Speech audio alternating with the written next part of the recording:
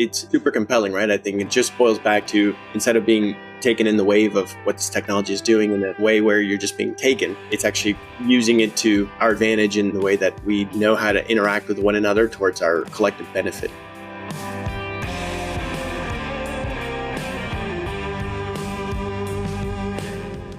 Welcome to Long Run Labs, a weekly podcast from the team behind For the Long Run, telling the stories of those running the outdoor industry where endurance and entrepreneurship meet.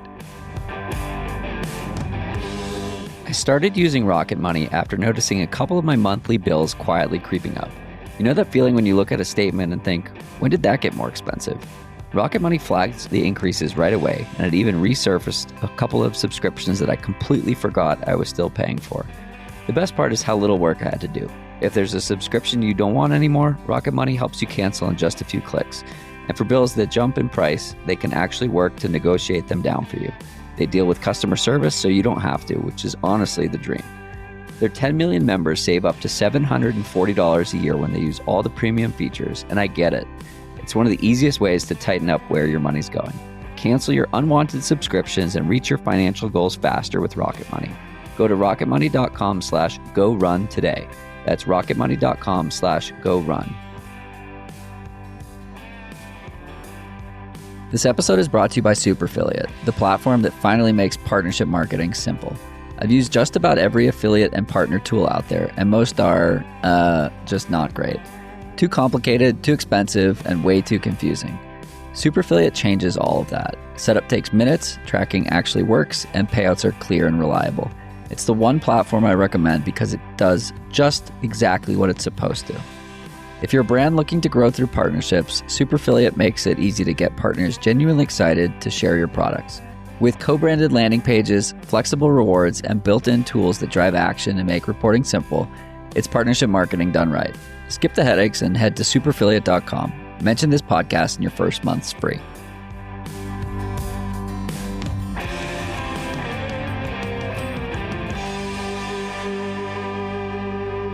And welcome back. We have Camilo Barcenas joining on the podcast today for a conversation that is long overdue. Camilo, stoked to chat. Thanks for taking the time. I know you're a busy man. You are more busy with your never-ending list of incredible guests and folks and your transition to self-employment. So thanks for your time, Jonathan, and always happy to talk to you.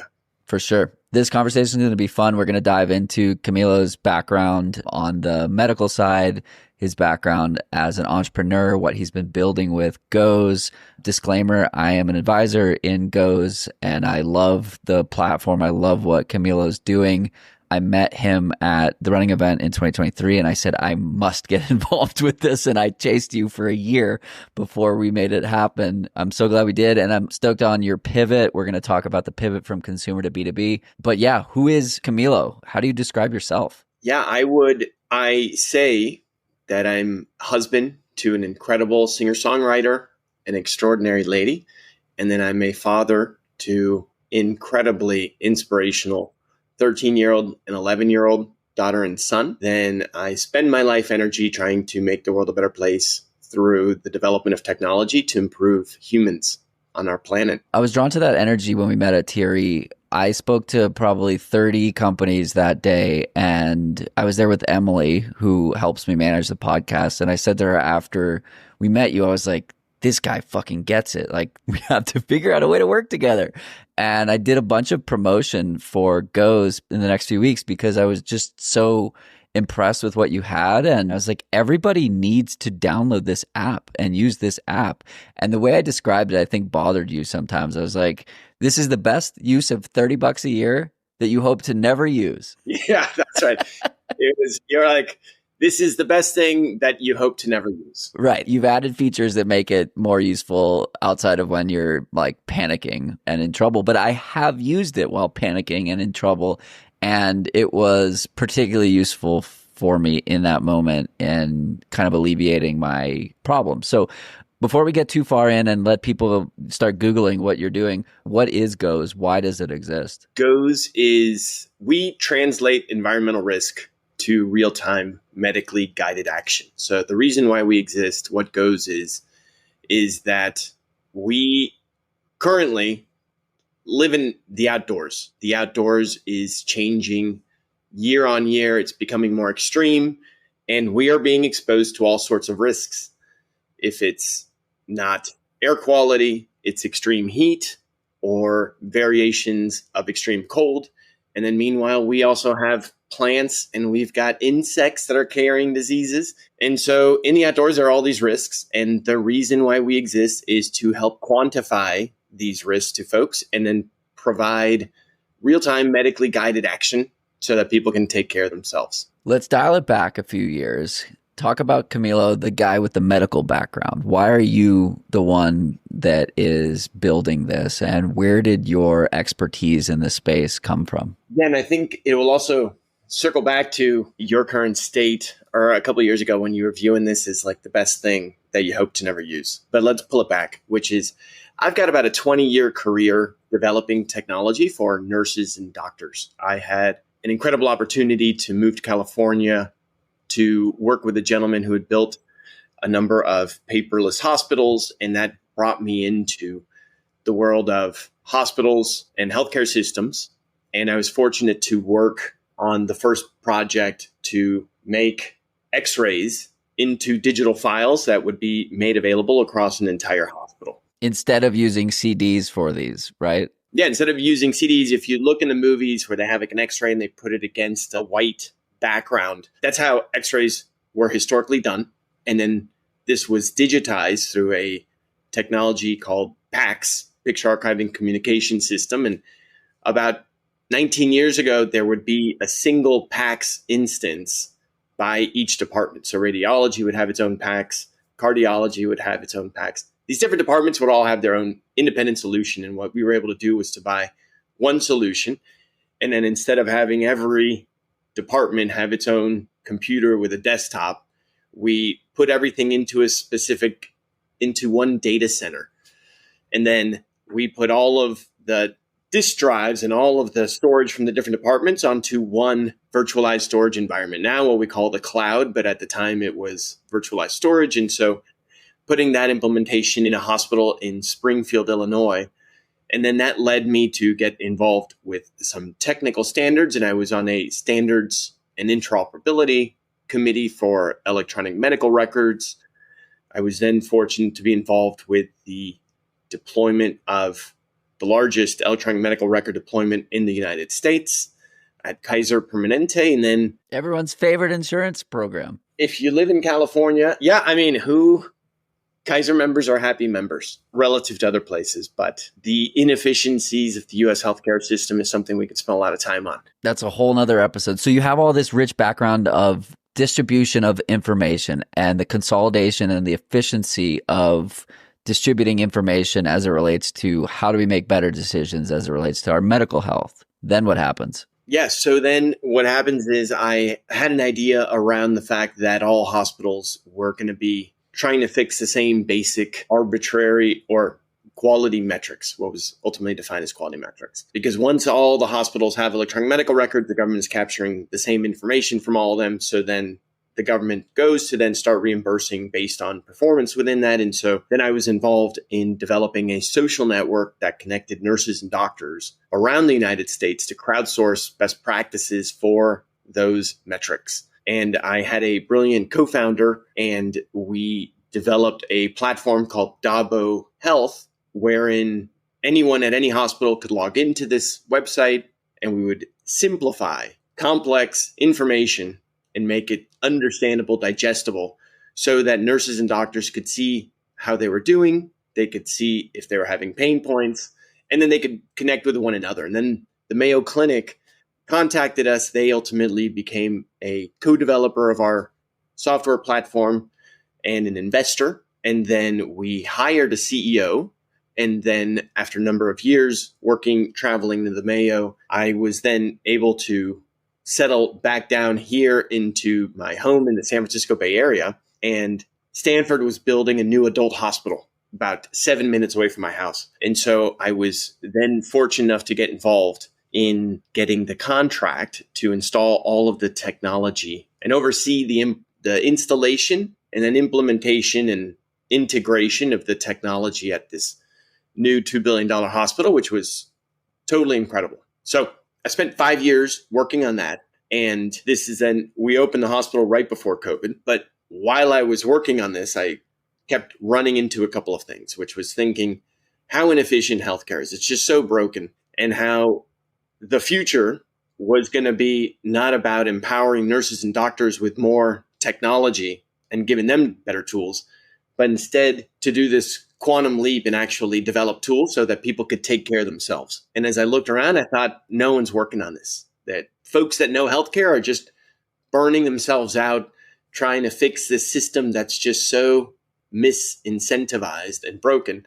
So I thought, the only way we're going to get this is coming from somewhere else. And so I kind of had this as an idea. So then having this idea, I was having this conversation with my next door neighbor. I love this story. Yeah, you can't make this stuff up story. So I was having this conversation with my next door neighbor. And it turns out 20 years ago, he started the Wilderness Medicine Fellowship Program at Stanford. And I did not know what any of this meant. I was unfamiliar with wilderness medicine, but little did I know it was going to come into play. He said, "Hey, Camilo, what are you going to do next? Are you going to build another hospital? Like, what are you going to do?" And I said, "No, I think the future is actually going to be people taking care of themselves." And he said, "What does that mean?" I said, "I don't know, but I just know that it has to go in this direction. No one's working on it." And so we kind of walked away, and that was great. Well, it turns out a week later, 67-year-old gentleman who lives about an hour north of San Francisco, Bill, went out for a hike in his backyard, as he often did. And Bill goes for a hike, and then he gets bit by a snake. It's the first time this happened. So he gets rushed to his local hospital, which is Marin General. It's a tier 1 trauma center. And Bill goes into the emergency room. They treat him. They do everything they can. Then they send him home. And then that night, Bill, he looks at his leg, and it just continues to balloon and balloon, and then it turns black. And it was literally triple the size. And so his wife goes online. She starts investigating, and she finds a paper in a peer-reviewed medical journal that my neighbor had written about snake envenomation. And they come down to Stanford, and then my neighbor and his care team save Bill's leg, and then they save Bill's life. And then Bill, being Bill, makes a donation to Stanford University, and he says, "Hey, this is for my care team to do whatever they want with this." And so my neighbor calls me up, and he says, "Hey, guess what? It turns out that I have a budget, so do you want to work on this thing together?" And so I said, "Sure." A true angel investor. A true angel investor. Yeah, so many things that are beyond our control. I do have to also loop back in my genius co-founder from my previous startup, because after our startup, he and I created a health design venture studio. And he's based in Copenhagen, and I was based here in San Francisco. And so while I was working on the Stanford Hospital, we were also helping digital health startups get to market. Because what happens is when you've been working in digital health for 20 years or 15 years at the time, you're able to help navigate the healthcare establishment. So we had this health design venture studio where we were working with companies. And so it's called Barcenas Brandon. We did a number of very cool projects. And my neighbor calls me up and he says, "Hey, I've got this money." And he said, "Do you guys want to work?" And I said, "Sure. Why don't you can work with our venture studio and we can do some work." So my co-founder, Christoph Brandon is his name.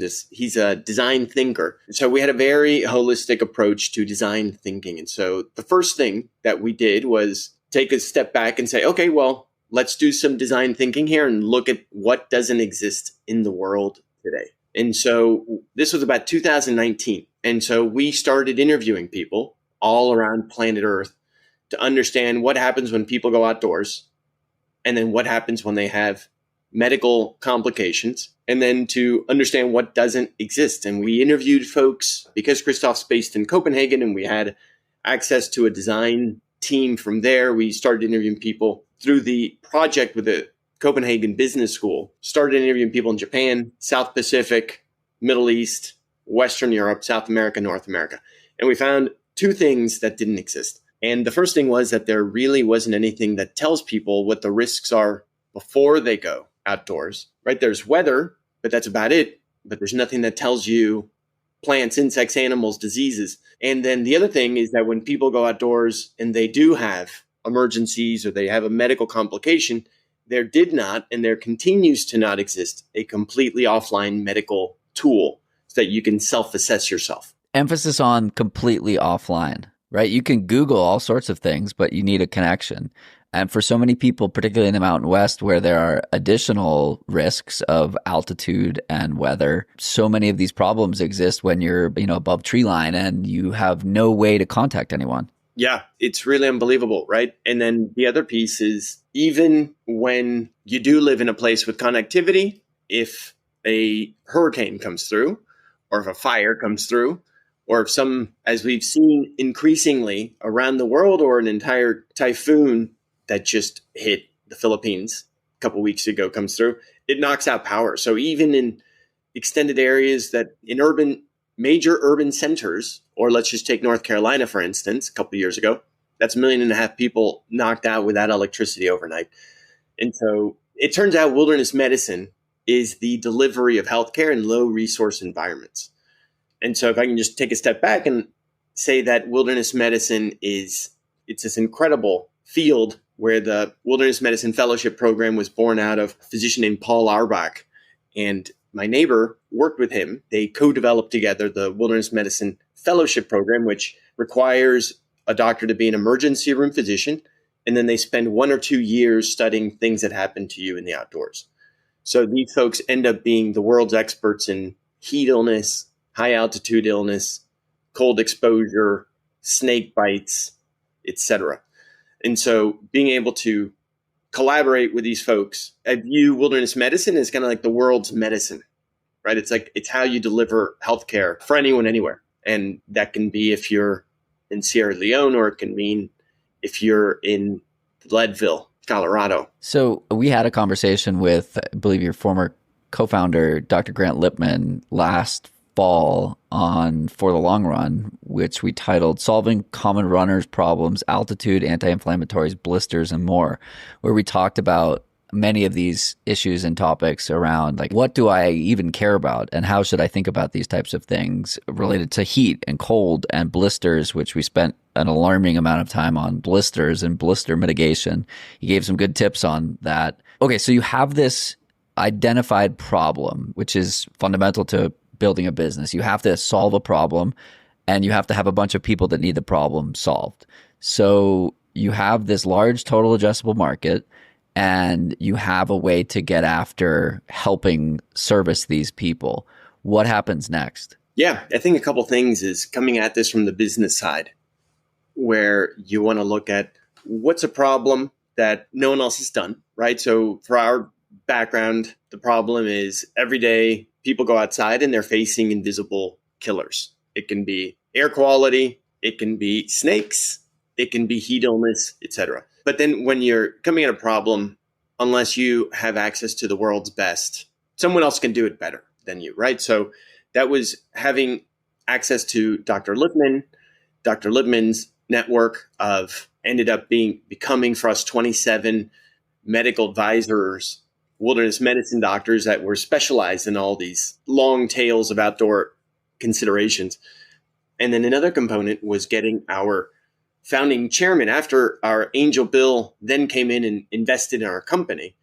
Our first outside investor was actually West Shell, and West is the founder of Healthline. So I really came at this from the beginning of just thinking, this can't really exist, right? Like someone else has to have worked on this. But the more and more research that I did, the more I realized that quantifying the outdoor risk to people just wasn't being done. So I think it's a combination of a couple of things. I think the first, when you look at the fact that this wilderness medicine fellowship was invented 20 years ago, then that means that, I'm not going to say it's a new science, but it's a new long tail, right? So if you look at the CDC's definition of heat illness, it's actually incorrect. And it turns out heat illness is 6 different types of heat illness. And the folks who know this are the world's experts in heat illness. And when you look at high altitude illness and you look at the human body under extreme cold, the folks who are understanding this are the folks who are literally going out into Everest or going out into these extremes and studying the organism. These are the wilderness medicine physicians. So I think it's a combination of the humans have more knowledge about this in combination with our ability to actually quantify. So the technologies to capture cold in combination with humidity, with wind, et cetera. And actually, this is one of the innovations that we just launched a couple of weeks ago is our new wet bulb globe. But the technology is enabling us to capture information more granularly at the same time that it's becoming more relevant because the weather is becoming more extreme and it's having a bigger impact on us. I think it's societally and on the human evolution wise, it's forcing us to have to reevaluate, understand this. And so number one, it's understand the risks, but then that's where our technology really differentiates itself and makes the impact that I'm excited about, which is not just what is the risk, but it's also what to do about it. So you launch, you begin marketing. Let's see how to put this. What was the initial response and what happened after that when you went to market? It's interesting because we had some really wonderful initial early waves, which was in 2019, we made the MVP and then we needed to make sure the thing worked. And so we were able to get in touch with search and rescue rangers from the Grand Canyon. And Megan Smith, who is one of the leaders of preventive search and rescue at the Grand Canyon, she was incredible. She was able to get us about 60 search and rescue rangers. They were able to download our MVP, our minimal viable product. They used it in the Grand Canyon when COVID, the summer of COVID, when folks, they had this huge turnout of folks coming outdoors, a lot of unprepared, and they said, hey, this is really great. They gave us some feedback. We put it in the app. We were honored with the award of Electronic Innovation of the Year at the outdoor industry, from the outdoor industry. And so I went to this event, no idea thinking we could win because we were against Garmin, all these high technologies. And I went with one of my teammates, co-founders, Adam, and I said, hey, thank God we have no chance of winning this thing because there's no way I'm going to go on stage in front of thousands of people and talk about this. And then the next thing I know, we win. I go up on stage, and then I was approached by all sorts of folks from ages, political affiliations. It was like this incredible thing where everyone just kept coming up and being like, hey, this is so great. So we got this initial bump, and then that was without really any marketing. And so we started getting some input. We had an initial launch with the LA Times that got us our first really impactful testimonial, because this is also a motivational thing, is when you get emails from folks saying, hey, you saved my life. This is incredible. Everyone should know about this. And so we started getting this, and I thought to myself, man, if we make this incredible product, of course, it's going to be word of mouth and it's going to grow. So this was really a big learning for me. I really did not anticipate how important marketing was and how you really have to get something out into the conversation and have folks know about it and hear about it multiple touch points before they download it. I will say that for your users right now, if they still haven't downloaded the app, it's goes.health, and they should go download it right now. But we put this thing out. We start winning awards. And then my thinking was, you know what, if I can partner with outdoor brands, that what I'm going to do is we're going to make something that's complementary and additive to everything else that exists. And then we're going to be able to reach out to these brands and say, hey, let's partner and you should put this out. And so we started this and we got some traction with a couple of major partners. We were able to launch earlier this year with Outside. And if you're an Outside Plus member, you can download the app and you can connect your profile and unlock a 35% discount and make this thing less than a few bucks a month, which is incredibly valuable. We launched a partnership with Columbia Sportswear earlier this month, so that Titanium members get 3 months of Goes for free. And so I was thinking, we unlock these sorts of things and it'll just take off, right? But that really wasn't the case. And another thing that we ran into, I think another big learning, was that coming from our mission-driven background, because our team that created the app is really a mission-driven group. And we were so motivated by making something that would help folks instead of reverse engineering and saying, hey, how can we make something and then make the most money off of it? We originally had it priced at $1.99 a month because we wanted this thing to be accessible for anyone. But in our user interviews, if I can start circling back and start identifying what's in the app itself, which makes it so powerful, and then bring it back to your example, which is in the first early iteration of the app, we had 14 offline medical protocols.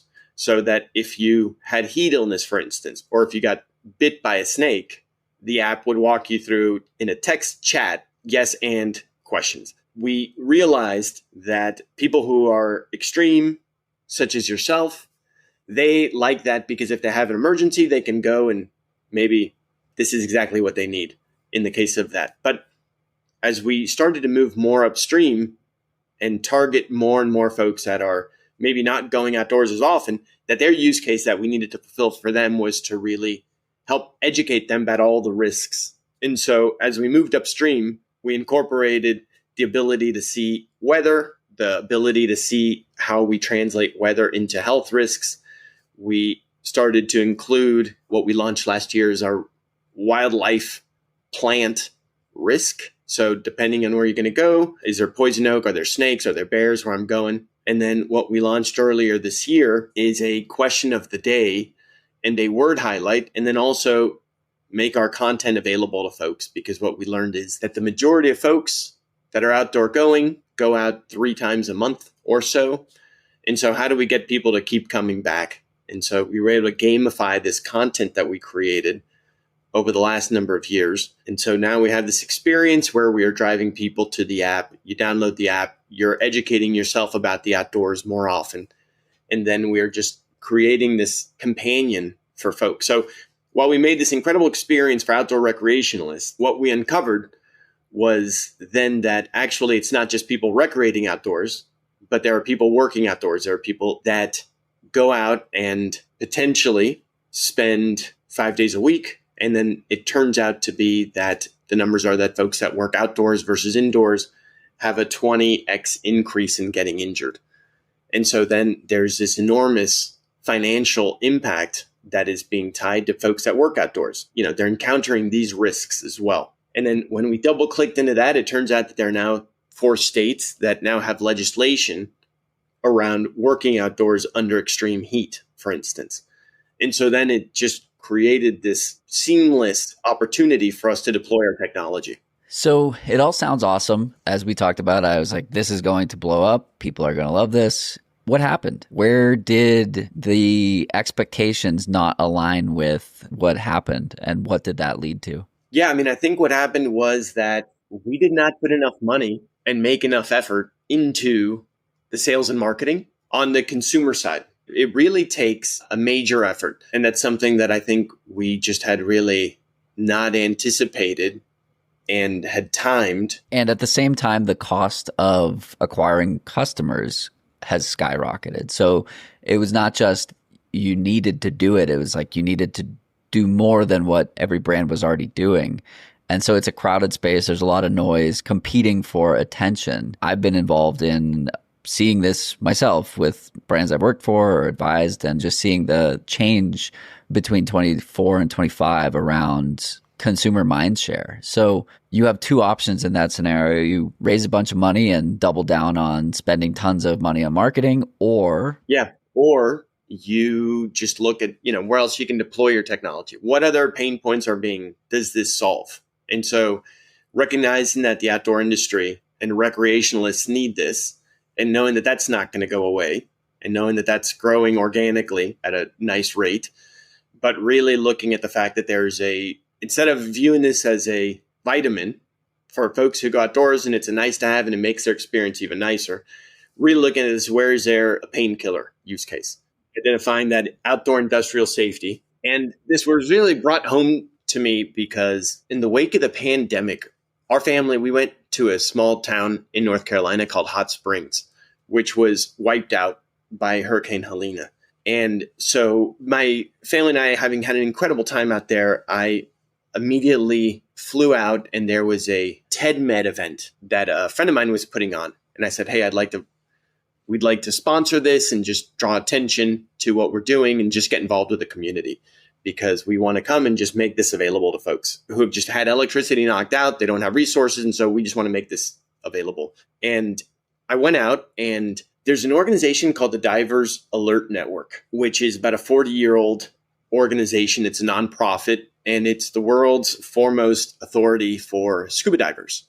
And it was born out of the University of North Carolina, and folks who are scuba diving and have complications and need access to a hyperbaric chamber, they call this Divers Alert Network, and they had the network of where to call and what to do about this. And in the early days of GOES, when we were trying to figure this out, I called the chief medical officer and co-founder of that, Dr. Jim Chmielowski. And Jim is based in the area. And so I called up Jim in the fall after the hurricane. I said, hey, I'm coming out, and I'd love to connect, and I'd love to go see firsthand what this is like, because a lot of the roads have been closed. A lot of the towns had been washed out. And so Jim picks me up, and we drove for about 3.5 hours out into all these areas that had been impacted. And we found these high voltage contractors. And it turns out that before Hurricane Helene had come and hit, the local utility companies had brought in all these workers from above, from Virginia on up. And so it was a lot of folks that weren't exposed to the heat from the south.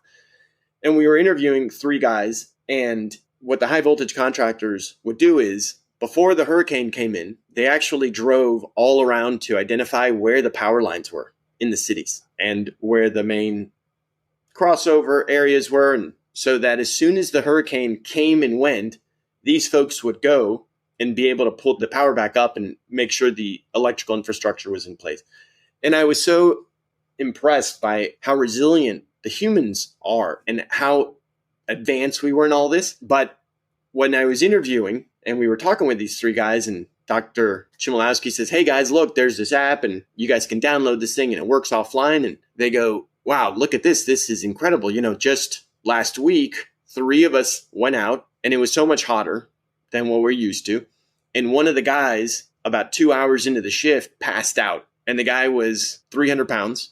And so it took the other 2 guys to lift him up, get him in the truck. And then all the hospitals and all the health centers were all overstretched. And so they had to go wait in line. And it was this one crew that was supposed to be doing X amount of work. And they were knocked out for the full day because they did not know. They didn't see the symptoms coming.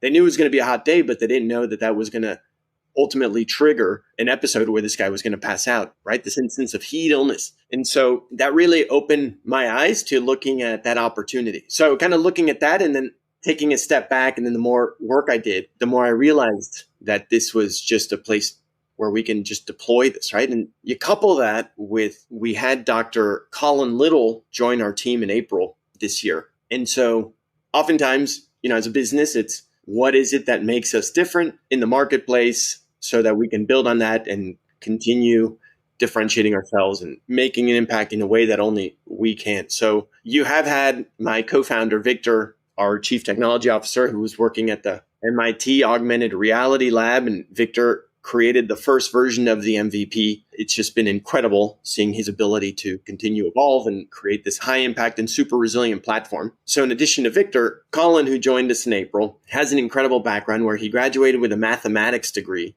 from Harvey Mudd. And then he worked at FICO. And then he worked at PayPal doing predictive analytics and machine learning.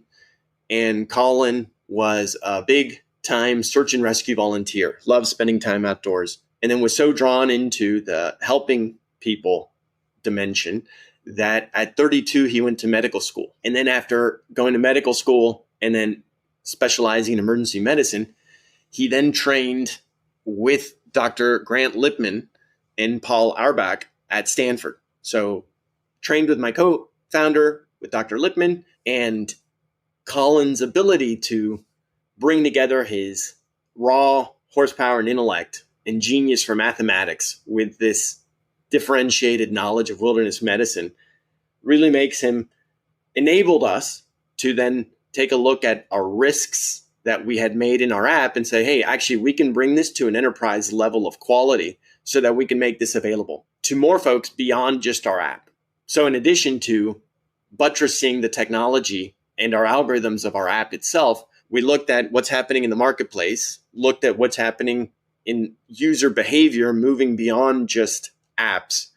And this enabled us to launch our own Goes GPT, but then also be able to create our own API-based business model, where now we can make calls on our API that includes access to our proprietary risks, as well as our proprietary content. And actually today, we're releasing, Jonathan, today on Monday, what I had been so excited about, which was our world's differentiated 48-hour risk forecasting for heat illness and 48-hour risk forecasting for cold air. We're now expanding to an actual 8-day risk forecast for heat illness. So what that does, and that creates the opportunity for outdoor workers. So on a Monday morning, you can get a report for the foreman or the director of health and safety for folks that work outdoors and say, hey, this week in the morning, midday, afternoon, these are going to be the points at which these thresholds will be met. And here's what you can do to make actionable content available to your staff. You're going to even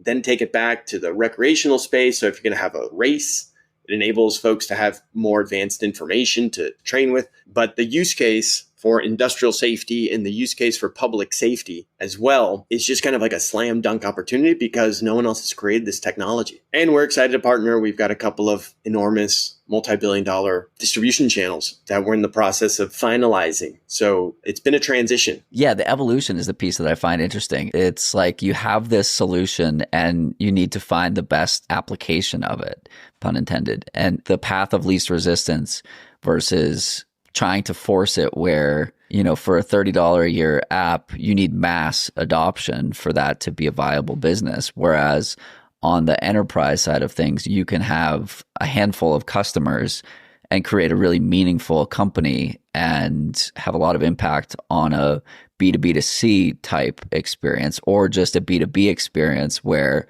it's a one-to-many and you have one deal that opens you up to 10,000 people all at once or 100,000 people all at once. Can you talk about the government application and the meetings you've had within government and Department of the Interior and like these components of how to create like meaningful impact at scale in a place where it's being desired? Yeah, I think the opportunity with the government is something that we're really excited about it because it really helps us to address as big a segment as we can here in the US. Whereas we had worked with the Grand Canyon 5 years ago, one of the pieces that we had identified was actually to put our QR code on the trailhead of a specific Bright Angel trail at the Grand Canyon. And this is something that we started and we designed. Speaking of heat illness. Yeah, well, it's heat illness. It's also the blisters component is a real thing. Folks that go on this trail, they're not there in all levels. And then, in the summer, there might be snakes. And then the other thing is at the beginning of the trail, it might be 80 degrees. And then at another point, it might be 120 degrees. And so just this variability and bringing attention to this there's a huge need for this. So we had identified where we were actually going to put these on signs. And due to this administration's initial coming into power, and then a number of changes that were made, namely getting rid of about 20% of the workforce in National Park Service, just made these huge impacts and it slowed everything down. So there's just been a lot of delays relative to the momentum that we had, which is already slow because you're just dealing at that bureaucracy level, but just really exacerbated by the uncertainty that was created as a function of the transition. And so what's happened, though, is we were able to bring on board an advisor, Bob Ratcliffe, who is this just legend from the industry. And Bob had spent, I want to say it was 25 years at the BLM and then 17 years at the National Park Service, and he retired. And I had originally been introduced to Bob 5 years ago when we were just starting. And the first time he heard about GOES, he said, "I've been waiting 30 years for you to show up because when I have packing my bags, I can either put 2 more pounds and put a first aid book, or I can just put it on my phone." And so he introduced us to a number of folks. And then when he retired, he said, "Hey, I have more time and I'd love to collaborate with you also." Bob was able to make some wonderful introductions. He introduced us to the Outdoor Recreation Roundtable. And a number of months ago, we had the inaugural Outdoor Recreation Roundtable Innovation and Technology Summit. And this brought us together with a number of other major players in the industry. And what we've identified actually now with the opening of the government last week, we got invited to participate, to submit for a number of innovation grants to actually subsidize the deployment of the app in numerous national parks that we're working through at the moment. But what folks within the government saw was that, hey, this is de-risked. This isn't even a new technology. This has literally been around now for 5 years. We're completely interoperable. We aren't tethered to a proprietary system.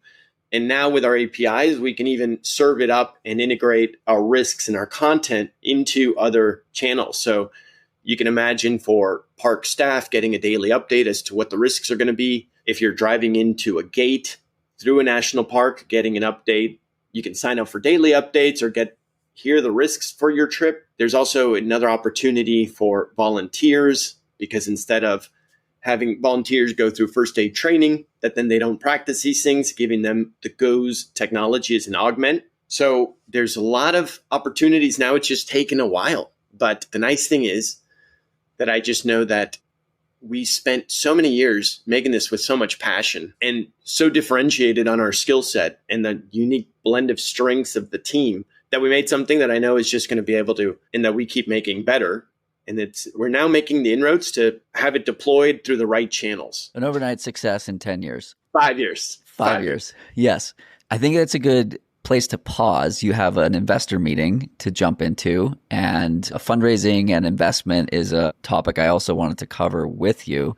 We'll take a pause and we'll jump back in here. If this episode is sparking something for you, we'd love to hear it. Share your takeaways on LinkedIn and tag Long Run Labs so we can follow along and join in on the discussion. Your reflections help the ideas go further and might be exactly what someone else needs to see in their feed today.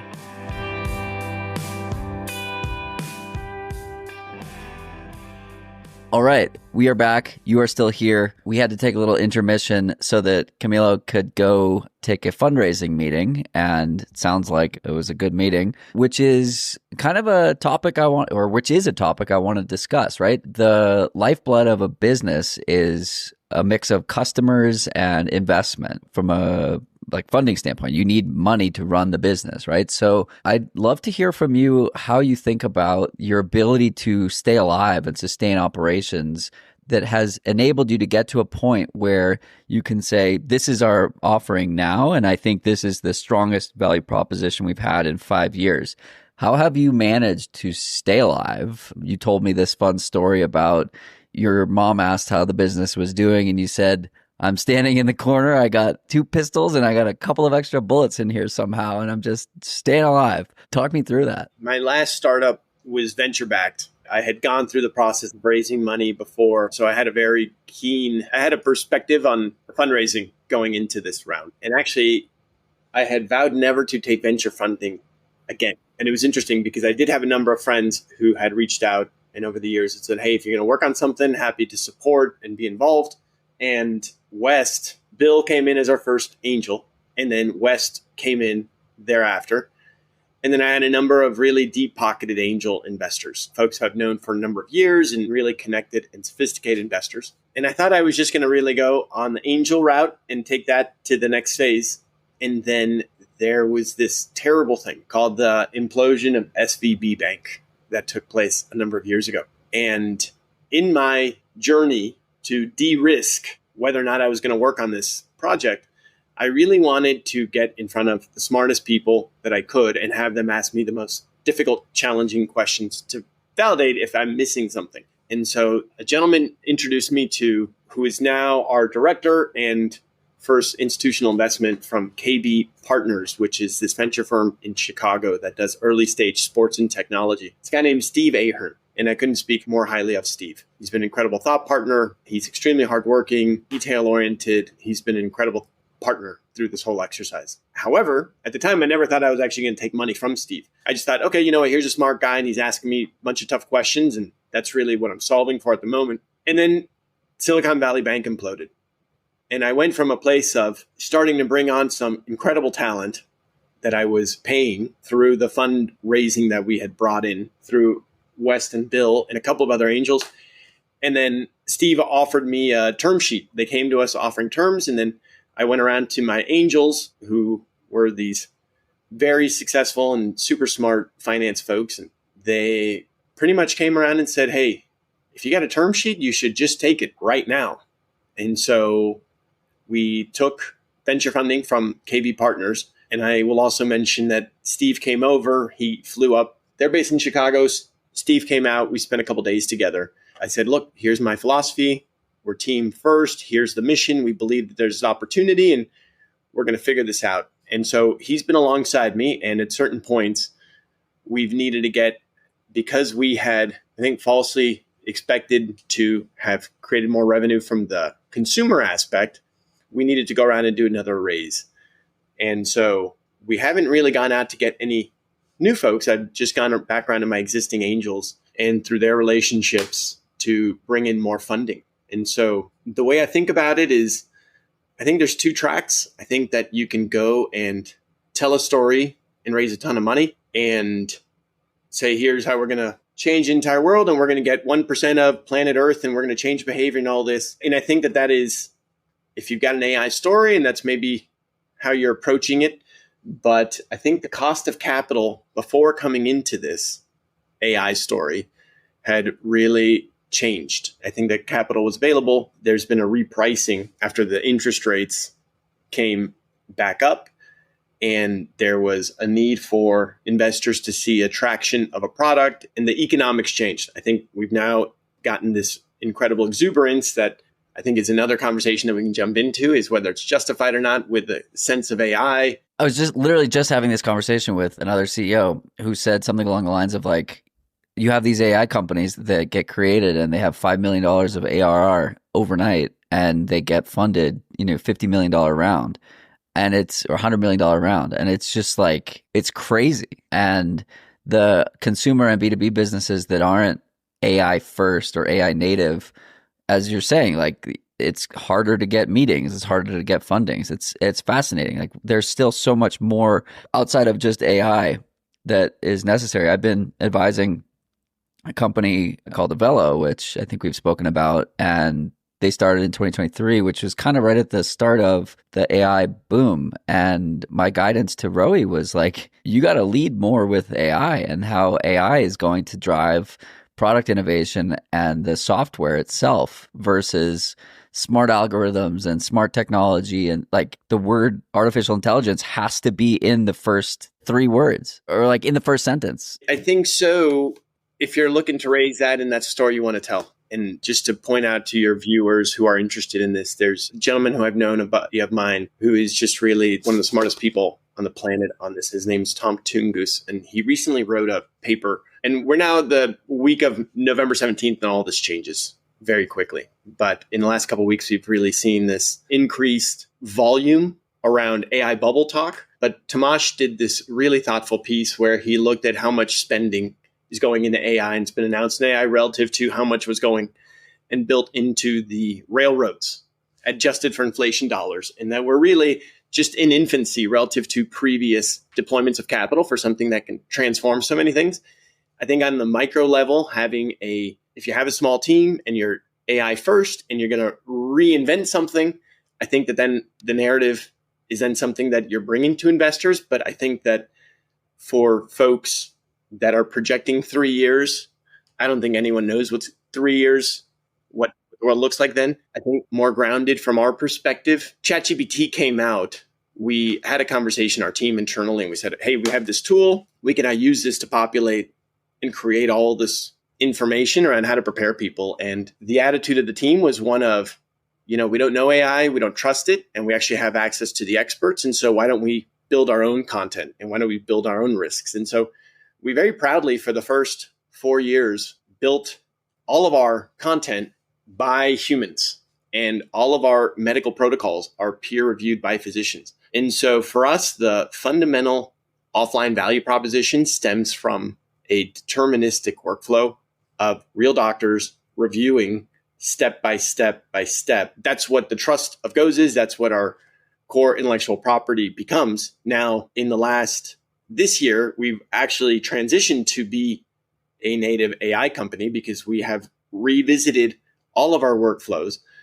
And thanks to the core competencies of our team, we've been able to train an Anthropic model on our proprietary content. We've been able to train the inference with our wilderness medicine doctors.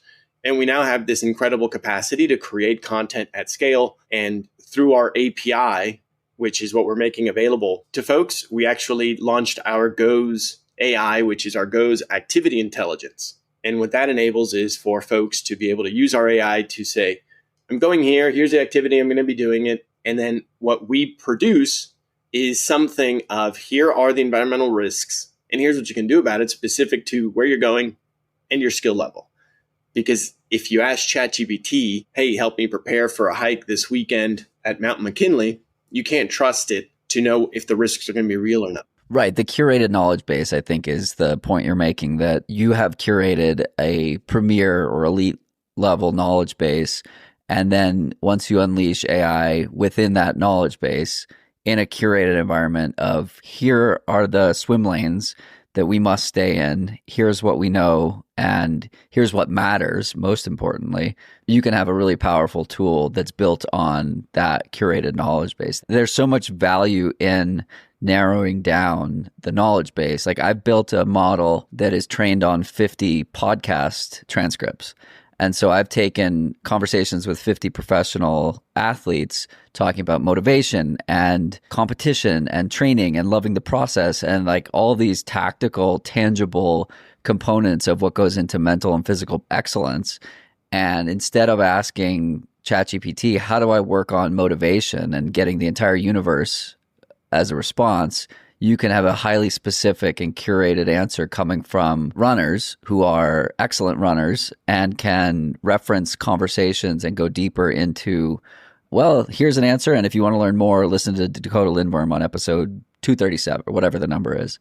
I love the highly curated knowledge base and then unleashing AI onto that. Yeah, super powerful. Super powerful. And then if you can just base it on that and extract the context from actual conversations, from actual humans, that's really this next generation storytelling knowledge, right, that we carry within us. It's super compelling, right? I think it just boils back to, instead of being taken in the wave of what this technology is doing in a way where you're just being taken, it's actually using it to our advantage in the way that we know how to interact with one another towards our collective benefit. Definitely. I want to give one more plug for AI and the way I was using it yesterday as a suggestion for how other people can use it.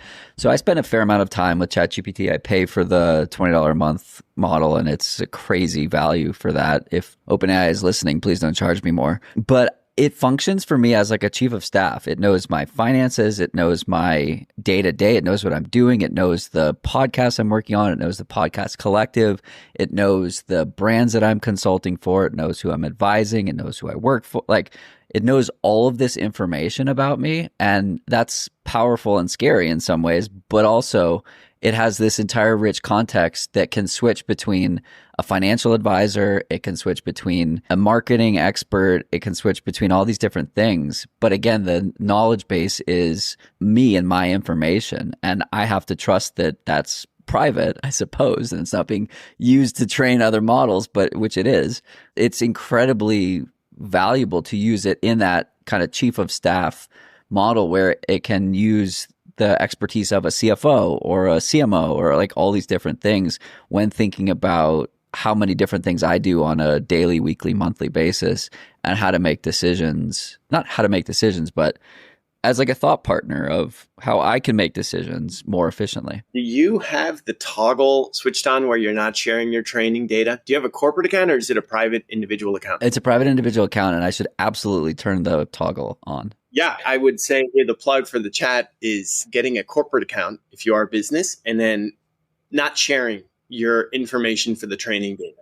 And then I would also suggest, do you use Claude or Gemini as well, or any of the other tools? I use Gemini due to the link with the Google Suite. I'm recording meetings and then understanding trends of meeting notes, and particularly for sales focused meetings. But no, if I'm going to have a conversation with ChatGPT or ask AI to do something, it's in ChatGPT. It's our experience. So we pay for those three. We have found that they serve different purposes.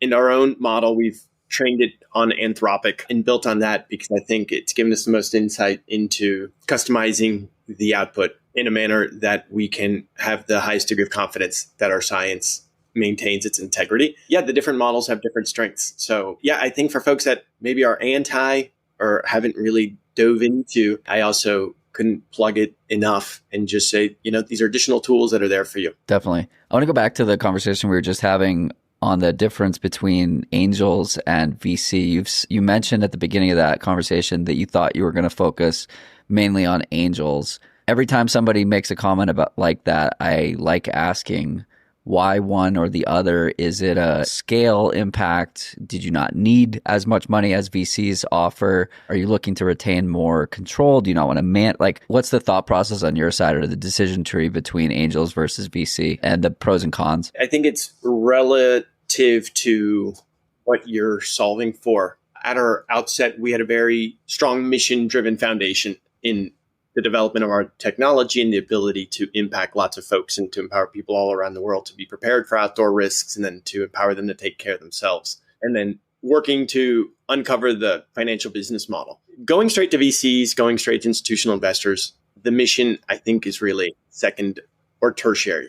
Sure, it's what starts the conversation, right? If you're in the strike zone, you're going to have the conversation. If you align with their thesis, right? Otherwise, you're not going to get the conversation, but it's not passion that's pushing people over the edge, right? Like when I invest in a company as an angel investor, I'm making a bet on the person and the vibes, honestly, and belief versus like I'm not reviewing financials. I'm not, looking into their shorts kind of a thing like VCs might be doing. Yeah, I think there's a role for the different types of capital, depending on the stage of the business and what you're solving for and what you're hoping to achieve. And certainly at the outset, having access to angels. And then I believe one of your prior guests who had identified that for your weaknesses, you find an advisor. The angels and the advisors come into your world to help you unlock different doors to get you to certain levels. And going straight out to VCs, I think there's a lot more peril in that they are looking to return a fund first and foremost. And, they get off the phone with you and then they're raising their own funds. And so I think the alignment of incentives and how people are working towards something is something that was key in my consideration. However, the incredible benefits of VC capital are the network. You also have these very brilliant, hardworking folks that are just de-risking things as much as they can. And then they're in the business of opening doors and creating quantum opportunities. So I think from my side, I was just very uniquely positioned given my network that my angels, who are professional investors, we have access to their networks and hence my comfort in knowing that I can go back to my existing investors for additional rounds and not necessarily being in this situation where I would be overly exposed to not having access to capital. So switching gears, let's talk about one of the aspects that I've tried to help you with, which is focus. Okay, so B2B focus now. Who is and how do you go after your ICP, your ideal customer, and what does that process look like? So I think that going from the transition from direct to consumer on the recreation piece, and after having tapped into and identified some of these best known brands in the outdoor recreation space, Columbia and outside, that the next important part becomes distribution partnerships. So rather than going one-to-one, what you want to do is really work with the folks who have this enormous footprint of distribution. So we've identified two. We've got a domestic distribution partner and we've identified an international distribution partner. Our domestic distribution partner represents the about over 15,000 installations across the country serving cities, counties, and states for technology services. And so we know that if we can support their use cases and we can bring value to them in a differentiated way, which is namely bringing and enabling outdoor safety at a city, county, and state level, that we can really just focus on making them successful, which is effectively grabbing what we've done, but through their distribution partner, making our technology accessible at a larger impact. And that's going to set us all up for a win-win-win. And then similarly, on the international piece, having identified and reached out to and collaborating with an international firm that supports over 10,000 corporate customers of health and safety, we know that if we can work with them and hear their use cases that they're solving for, that we can make that a win-win-win. One of the things that I liked about you when I first met you was you kind of just had this vibe of like, fuck it, I'm going to figure it out. There's no ego to the change in path, and you're not stuck on, hey, but this makes tons of sense for the tens of millions of people that run or the people that are hiking, or I believe you first were focused on camps and distributing this to camp counselors and moms and things like that. You know, those, you drop a marble down and it just figures out the way to get to the bottom. Like when I meet people who have that ability to drop a ball into the top of the thing and just, you know, follow all these paths to get to the bottom, like those people will just figure it out, right? And so I've appreciated that about you, where there are a lot of speed bumps that you've come across along the way. Your back's been against the wall and you're just like, fuck it, I'll figure it out. Like, I'm still alive. What do you think gives you that tenacity and that durability. What can we learn from you? Thanks, Jonathan. And hopefully this works out well and we can look at hindsight in the future. Yeah, I hope so. But, the first thing that comes to mind, actually, two things come to mind. First is starting with who's Camilo and recognizing that I'm a husband and I'm a father. And so you need a partner in life that supports your dreams and that wants you to succeed. And then also with my children, having the excitement to share with them that I'm solving problems, that I think it's really important to go out and be addressing this. So starting with that as a foundation, I think is critical. And then as importantly, in the external world and professionally, is you need to have folks that are on your team that are in the journey with you. And Victor, from day one, Victor working on this MVP, if, it's really a function of the team. I'm driving and I'm excited, I'm opening, but as much as I'm doing, my team is behind me and they're alongside me. And the power of what they've made gives me the conviction to know that we have this transformative technology, and then it's my role to get out in front of folks and make it happen, right? So it's really like, it's a function of the support and then the energy, and then just having the faith that you're solving something that's worthy of your time and energy in the morning, and then being driven, and then having advisors such as yourself that are just constantly, not just straw manning, but steel manning your idea, and then making introductions, and then sometimes it's going to go, sometimes it's not. But I think it's, having the conviction comes from support from your family and then your colleagues, it's going to be wonderful, right? I mean, you go on our app store and you go into the reviews for Goes, and we have all sorts of testimonials from complete strangers. And that's super exciting. And the more people that find out about this and the more people that use it, we get more energy. So I think the timing also, with the fact that the weather's getting crazier and we have this solution, it's just more and more momentum for us. But thanks. Yeah, the social proof from those reviews certainly helps to power the B2B opportunities, because I'm sure that anyone that you're emailing and interacting with for the first time is looking the app up and seeing like, what are actual humans saying about this?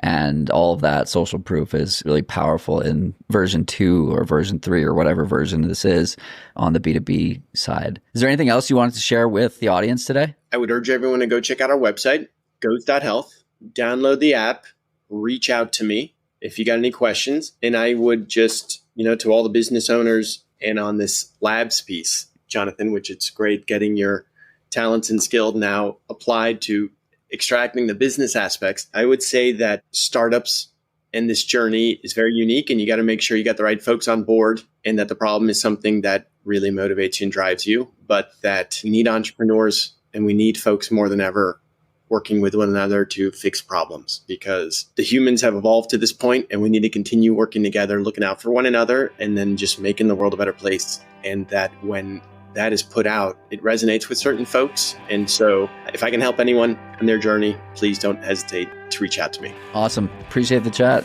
Thanks, Jonathan. Thanks for tuning in to this episode of Long Run Labs. If you like this episode, make sure to subscribe, leave a review, and share it with someone who's building something of their own. We'll be back next Tuesday with more stories at the intersection of endurance and entrepreneurship, from the people shaping the outdoor industry in ways big and small. Until then, keep showing up, keep asking questions, and we'll see you out there. This show is produced by Dylan Delaney of Delaney Video LLC, with musical composition by Brian Walters of Single Track Sound, and managed overall by Emily Holland of Wild Poppy Creative.